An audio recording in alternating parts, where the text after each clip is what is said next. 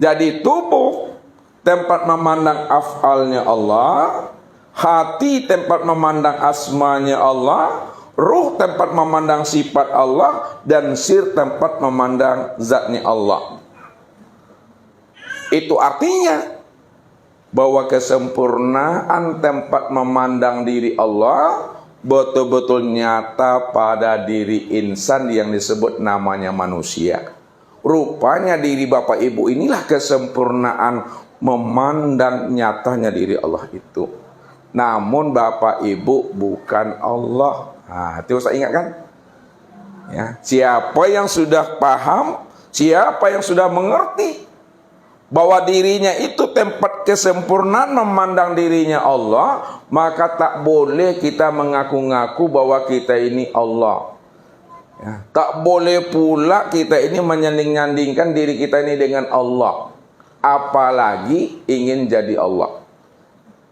Nah, makanya pada saat kita paham, tanda orang yang paham itu Bapak Ibu diam, kata Rasulullah. Man arafallahu kalla lisanahu. Nah, ini kata Nabi. Man arafallah kalla lisanahu. Nah, siapa yang telah betul-betul kenal dia dengan Allah, bahwa Allah itu betul-betul nyata pada dirinya, nyata pada tubuhnya, nyata pada hatinya, nyata pada haru dan sirnya. Pada saat itu kalla lisanahu, keluh lidahmu. Jangan kamu sebut kamu itu Allah. Jangan kamu sebut dirimu itu Allah. Cukup diam. Diam di dalam paham. Ya. Kalau sudah paham Bapak Ibu, tak perlu lagi dijelaskan. Apa sebabnya kalau sudah paham tak perlu dijelaskan? Sebab kalau dijelaskan, maka menjadi tak jelas dia lagi. Menjadi kabur dia Bapak Ibu.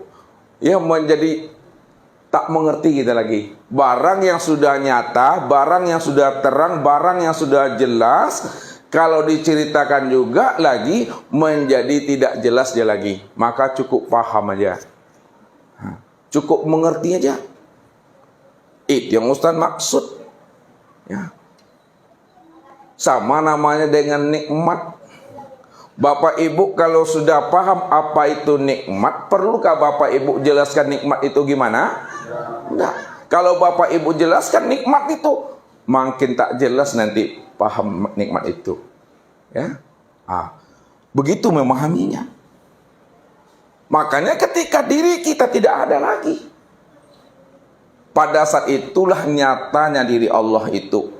Kalaulah diri Allah telah nyata, diri Allah telah wujud,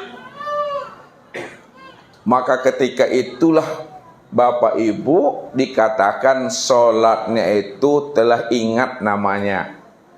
Ya, dikatakan telah ingat. Nah, nih, telah ingat.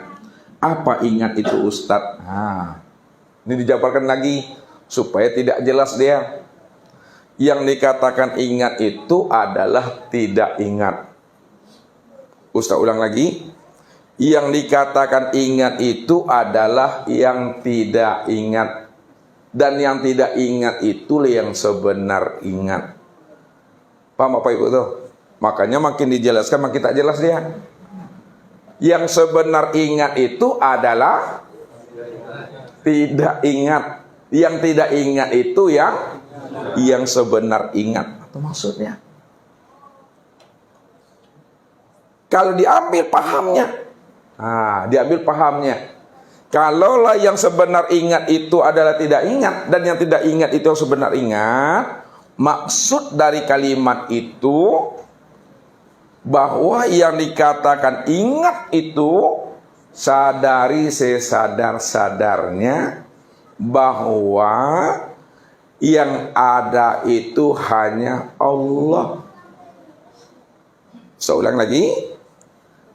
Kalau diambil pahamnya ingat itu, sadari sesadar-sadarnya bahwa yang ada itu hanya Allah. Kalau sudah Allah sebenar-benarnya yang wujud, Allah sebenar-benarnya yang ada, Maka disitulah letaknya tidak ada lagi kata ingat. Tidak ada lagi kata mengingat. Apa sebabnya? Karena mengingat dengan yang diingat satu wujudnya Bapak Ibu.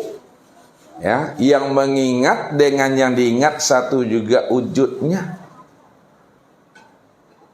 Nah, satu wujudnya siapa maksudnya satu wujud itu? Tidak lain adalah Allah.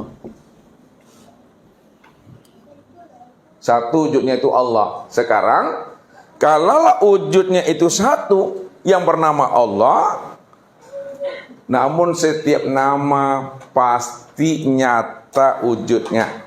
Nah, setiap nama pasti terang orangnya. Ini yang dikatakan al-ismu wal musamma wahid. Nama dengan diri yang punya nama itu satu Bapak Ibu. Sekarang Ustadz mau nanya ibu-ibu. Coba sebut ibu-ibu yang namanya Mik. Coba sebut Mik. Mik itu yang ini wujudnya atau yang ini? Coba sebut namanya spidol. Spidol itu yang ini atau yang ini? Nah, kan paham itu kan? Coba sekali lagi. Coba sebut namanya Al-Quran. Al-Quran. Coba ulang lagi Bapak-Bapak. Yang Al-Quran itu yang ini atau yang ini? Hah? Ustaz mau nanya lu Pak Zuar. Yang Al-Quran itu yang ini atau yang ini? Hah? Yang berdiri itu, yang berdiri Ustaz nih. Yang berdiri Ustaz nih. Coba lagi Ibu. Coba sebut Al-Quran. Mana wujudnya? Yang ini Al-Quran atau yang ini? Hah? Tidak ada kan? Itulah tanda Bapak Ibu paham tuh. Kalau diambilkan kitab Al-Quran, ada kitab Al-Quran situ? Tidak ada. Berarti tanda Bapak Ibu paham tuh. Karena tak menjawab kan? Ini ke Al-Quran, ini ke Al-Quran. Tidak. Karena tidak ada dalam pandang Bapak Ibu, kan setiap nama ada orangnya. Setiap nama ada wujudnya. Sekarang disebut namanya wujudnya nak nampak. Kan ini wujud yang saya lihat. Kan ini. Karena Bapak Ibu paham yang Al-Quran itu bukan ini wujudnya, bukan ini wujudnya, makanya Bapak Ibu diam aja. Ya, karena mengerti yang Al-Quran itu yang mana. Ini kita memahami secara syariat, ya. Nah, begitulah kita mengenal dan mengingat Allah.